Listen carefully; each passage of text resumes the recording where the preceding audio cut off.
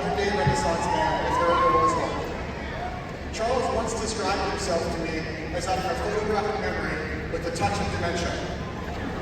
That statement alone should tell you he's not just a student with a high GPA, he's a one-of-a-kind personality in the very best way. I first met Charles as his civil engineering teacher during his junior year.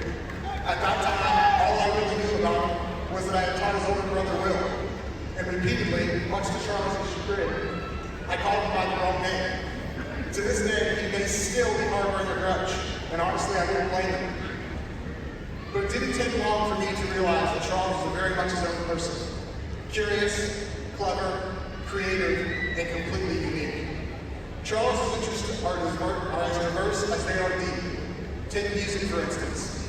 One day, out of the blue, he asked me who I thought the greatest guitar player of all time was, Eddie Van Halen. It wasn't just small talk. It turned into a long-term discussion about metal music.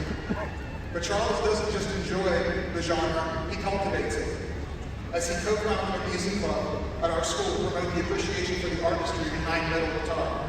That type of ambition is rarely observed in high school hall. He also has a remarkably sharp sense of humor, often deploying it to get out of extra work, or to teach others lessons the hard way, or as he might say, people gotta learn. His wit and his timing made him a memorable presence in my classroom, and not just academically. Charles is known about brains and laughs. Charles is also deeply civic-minded.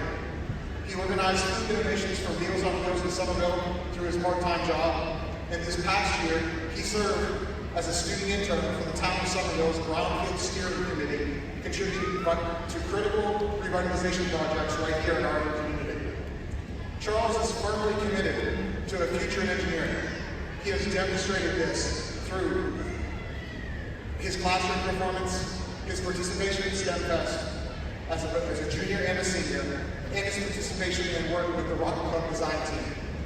This fall, Charles will take the next step in his journey at Florida Institute of Technology, where I have no doubt he will continue to push boundaries, challenge ideas, and find new ways to leave his mark, just as he did here in Somerville.